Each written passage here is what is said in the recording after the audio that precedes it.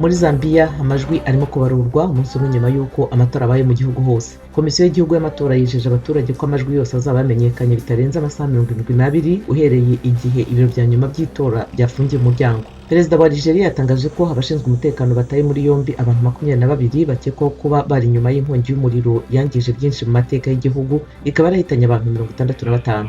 Sudani n'urukiko mpanabyaha mpuzamahanga ejo basinye amasezerano y'ubufatanye yazatuma uwari umuyobozi w'igitugu Omar al-Bashir aburanishwa icyaha cya jenoside mu bushyamirane bwabaye mu ntara ya Darfur.